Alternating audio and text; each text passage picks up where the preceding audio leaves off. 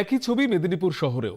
সেখানে বিদ্যাসাগর বিদ্যাপীঠ এবং নির্মল হৃদয় আশ্রম স্কুলে সরকার নির্ধারিত 240 টাকার বদলে 1200 থেকে 1800 টাকা নেওয়া হচ্ছে বলে অভিযোগ। আজ এর প্রতিবাদে সোচ্চার হন অভিভাবক এবং পড়ুয়ারা। বিদ্যাসাগর বিদ্যাপীঠের প্রধান শিক্ষককে দীর্ঘক্ষণ তারা ঘেরাও করে রাখেন।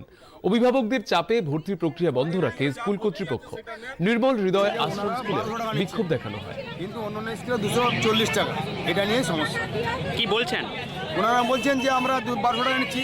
এবারে যখন গণ্ডগোল হচ্ছে তখন বলছেন যে আমরা সব গার্জেন নিয়ে আমাদের ম্যানেজিং আছে, আমরা বসে আলোচনা করে জানাবো। সরকারি চার্জ 240 টাকা আমরা জানতাম, ফলে এসে দেখছি দুটো বিল বানাচ্ছেন, একটা 285 টাকার বিল আর একটা 915 টাকার বিল।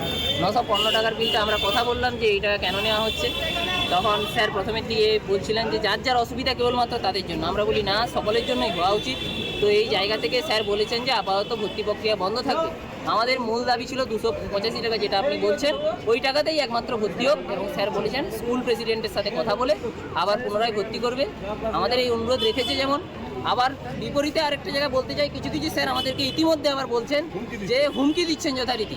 তারা বলছেন তোমরা গার্ডিয়ান নয় নিশ্চিত, এভাবে বলছেন। আবার কেউ কেউ বলছেন ছাত্রদেরকে তোমরা বের করে নিয়ে চলে যাও অন্য স্কুলে ভর্তি করতে।